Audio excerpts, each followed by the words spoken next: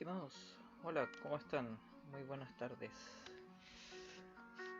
En la clase de hoy vamos a conversar sobre el periodo conservador de Chile, que abarca de los años 1831 a 1861. Nosotros ya hemos visto este periodo, pero dispersamente. Ahora vamos a abarcar gran parte de estos 30 años y el objetivo de este video es comprender el proceso de los gobiernos conservadores en Chile, sus cambios sociales y políticos. Como sabemos, el triunfo conservador vino con la batalla de Lircay en el año 1830. Este triunfo de los conservadores frente a los liberales permitió el comienzo de una nueva época que se le puede conocer como periodo autoritario, periodo conservador o también época portaliana. ¿Ya? Los presidentes de esta época son José Joaquín Prieto, que va de 1831 a 1841, Manuel Bulnes, de 1841 a 1851, y Manuel Montt, de 1851 a 1861. Como sabrán, esta época está influenciada por Diego Portales. De hecho, como les expliqué en otras sesiones, él tiene una gran influencia en la formación de esta constitución, en la elaboración de esta constitución, debido a su carácter fuerte y su manera de hacer política. Él proponía un gobierno fuerte, centralizado y despersonalizado. ¿Ya? Él proponía gobernar con mano dura, que sea un gobierno centralizado en una sola ciudad, en una sola capital, y de esta manera poder gobernar y realizar las prácticas políticas necesarias. En esto también se redacta la Constitución de 1833 por Mariano Higaya y Manuel José Gandarillas, artífice de esta Constitución que se prolongaría hasta 1925. La Constitución de 1833 cuenta con determinadas características. En primer lugar, propone un Estado unitario con un sistema electoral censitario. Censitario o un voto censitario, ¿qué es? ¿De qué se trata? En este caso, un voto censitario nos prohíbe o nos pone ciertas condiciones para poder realizar el voto. ¿Cuáles son estas condiciones? Acreditar terrenos o presentar una fortuna determinada. Ser hombre, las mujeres no podían votar en ese entonces. Ser hombre, de 25 años si eras soltero y de 21 años si te encontrabas casado. La Constitución de 1833 también establecía la religión católica, apostólica y romana como la oficial de nuestro país. ¿Cuáles eran las atribuciones de los poderes del Estado? El poder ejecutivo se elige mediante una elección indirecta. En la guía aparece la explicación de qué es lo que es la elección indirecta. El presidente de la República puede decretar estado de sitio y tener facultades extraordinarias en el caso de que sea necesario. Esto significa que ante una eventualidad, una guerra interna, algún problema de carácter interno, el presidente puede decretar estado de sitio y tener a los militares en las calles.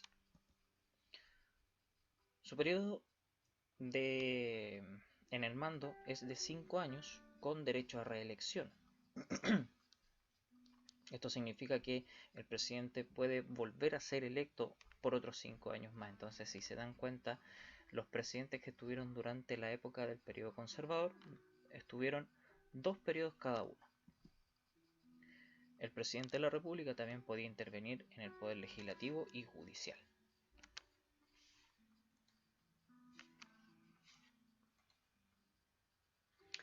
En cuanto al poder legislativo, está a cargo el Congreso. Actualmente el Congreso se encuentra en Valparaíso, pero en ese entonces, en el siglo XIX, se encontraba en Santiago. El Congreso está compuesto de 2 cámaras, diputados y senadores. La Cámara de Senadores estaba compuesta por 20 integrantes y los diputados era uno por cada 20.000 personas. El Congreso podía discutir y aprobar las leyes y también aprobar las leyes periódicas. Las leyes periódicas son la ley del presupuesto o las nuevas constituciones en el caso de que fuese necesario.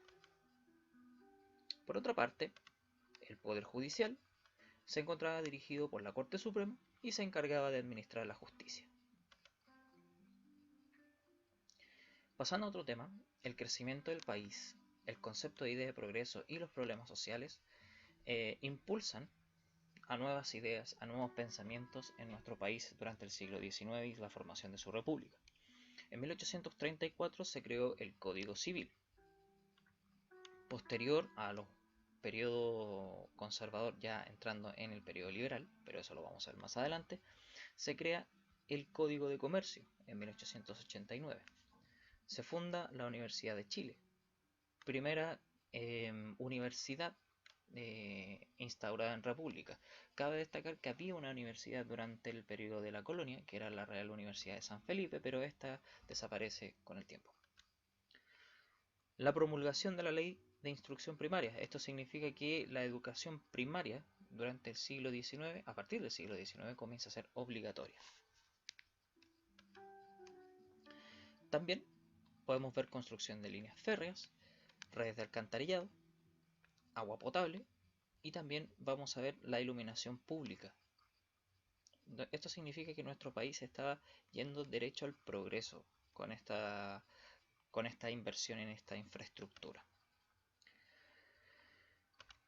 El éxito económico de nuestro país no solamente estaba basado en la exportación de materias primas, sino que también dentro de estas materias primas podemos indicar la expansión minera de la plata en el norte de nuestro país. En este caso podemos indicar el mineral de Chañarcillo. ¿Dónde queda Chañarcillo? A unos 50 kilómetros al sur de Copiapó.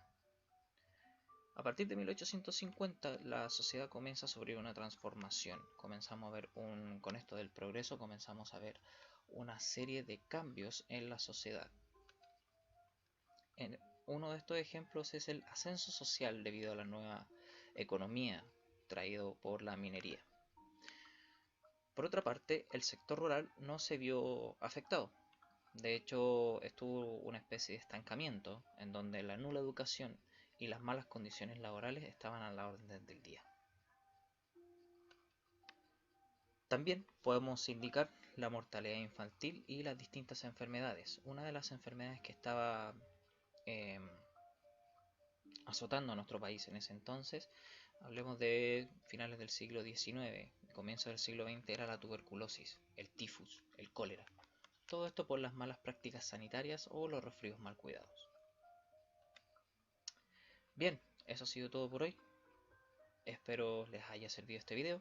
Si tienen preguntas, las pueden hacer al correo institucional o bien al tablón de Classroom. Un abrazo, nos vemos y se cuidan.